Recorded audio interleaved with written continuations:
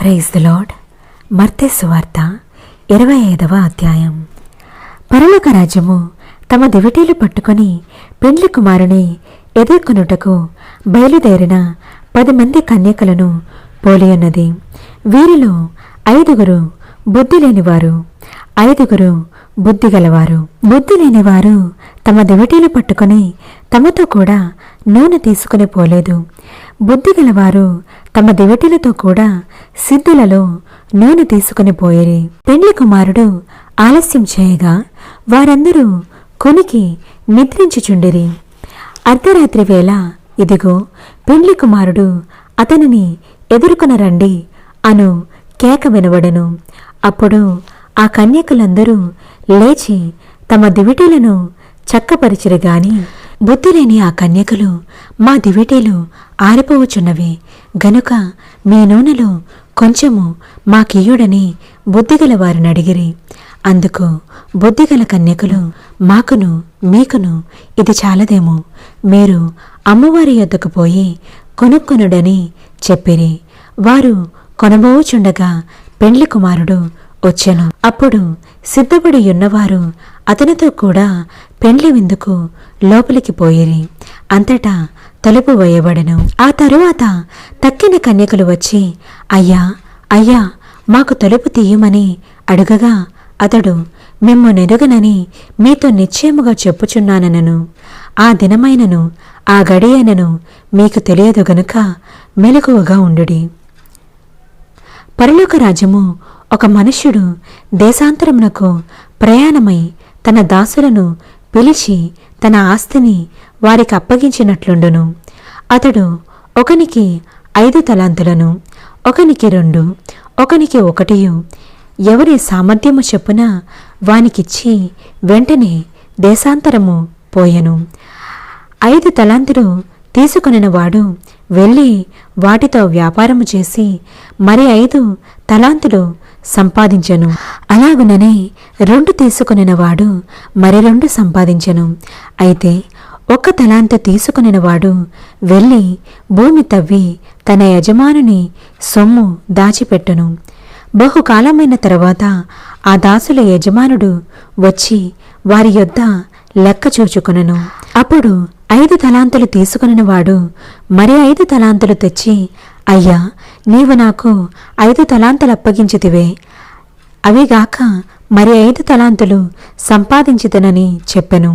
అతని యజమానుడు, బల నమ్మకమైన మంచిదాసుడా, నీవు ఈ కొంచెములో నమ్మకముగా ఉంటివి, నిన్ను అనేకమైన వాటి మీద నియమించదను, నీ యజమానుని సంతోషములో పాలు పొందుమని అతనితో చెప్పెను.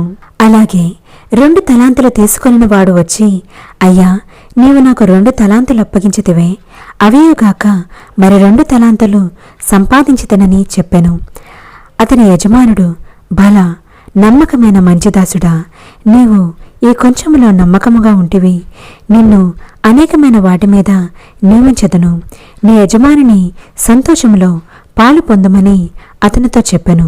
తరువాత 1 తలాంతు తీసుకుని వాడును వచ్చి, అయ్యా నీవు విత్తని చోట కొయ్యవాడువును, చల్లని చోట పంట కూర్చుకొనివాడువునైనా కఠినుడవని నేనెరుగుదును గనుక నేను భయపడి వెళ్ళి నీ తలాంతును భూమిలో దాచిపెట్టితిని, ఇదిగో నీది నీవు తీసుకునమని చెప్పెను.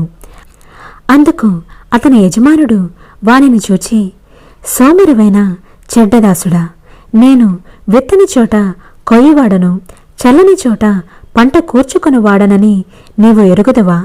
అట్లయితే నీవు నా సొమ్ము సాహుకారుల యొద్ద ఉంచవలసి ఉండెను, నేను వచ్చి వడ్డీతో కూడా నా సొమ్ము తీసుకుని యుందునే అని చెప్పి ఆ తలాంతును వాని యొద్ద నుండి తీసివేసి 10 తలాంతులు గలవానికి ఇయుడి, కలిగిన ప్రతి వానికి ఇయ్యబడును, అతనికి సమృద్ధి కలుగును, లేని వారి యొద్ద నుండి వానికి కలిగినదియు తీసివేయబడును.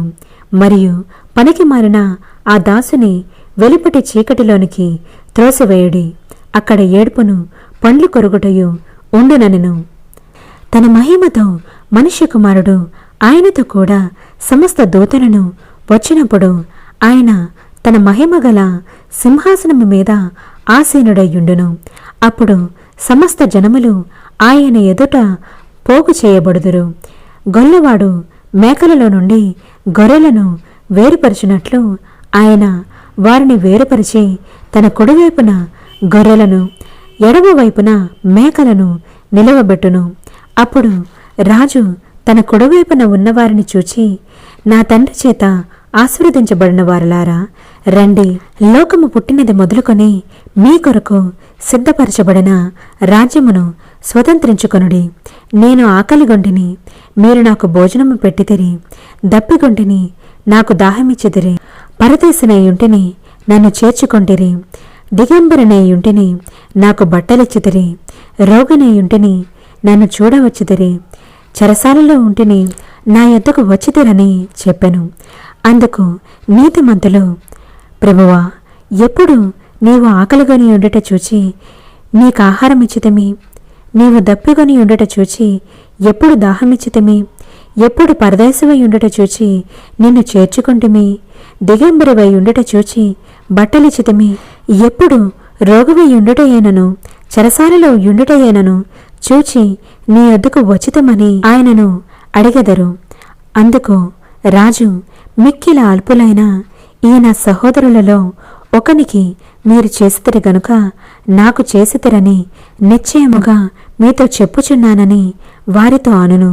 అప్పుడాయన ఎడమవైపున ఉండువారిని చూచి, శపింపబడిన వారలారా, నన్ను విడిచి అపవాదికిని వాని దూతలకును సిద్ధపరచబడిన నిత్యాగ్నిలోనికి పోవడి. నేను ఆకలిగొంటిని, మీరు నాకు భోజనము పెట్టలేదు. దప్పిగొంటిని, మీరు నాకు దాహమీయలేదు. పరదేశినయ్యుంటిని, మీరు నన్ను చేర్చుకొనలేదు. దిగంబరినయ్యుంటిని, మీరు నాకు బట్టలియ్యలేదు. రోగిని చెరసాలలో ఇంటిని, మీరు నన్ను చూడరాలేదని చెప్పును. అందుకు వారు, ప్రభువా, మేమెప్పుడు నీవు ఆకలిగొని ఉండుటయనను, దప్పిగొని ఉండుటయనను, పరదేశీ అయి ఉండుటయనను, దిగంబరివై ఉండుటయనను, రోగివై ఉండుటయనను, చెరసాలలో ఉండుటయనను చూచి నీకు ఉపచారము చేయకపోతమని ఆయనను అడిగెదరు.